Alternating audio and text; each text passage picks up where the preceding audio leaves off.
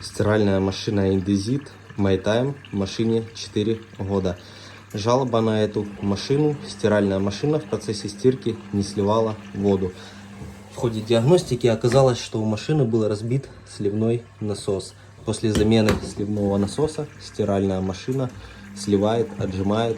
Со стиральной машиной все хорошо.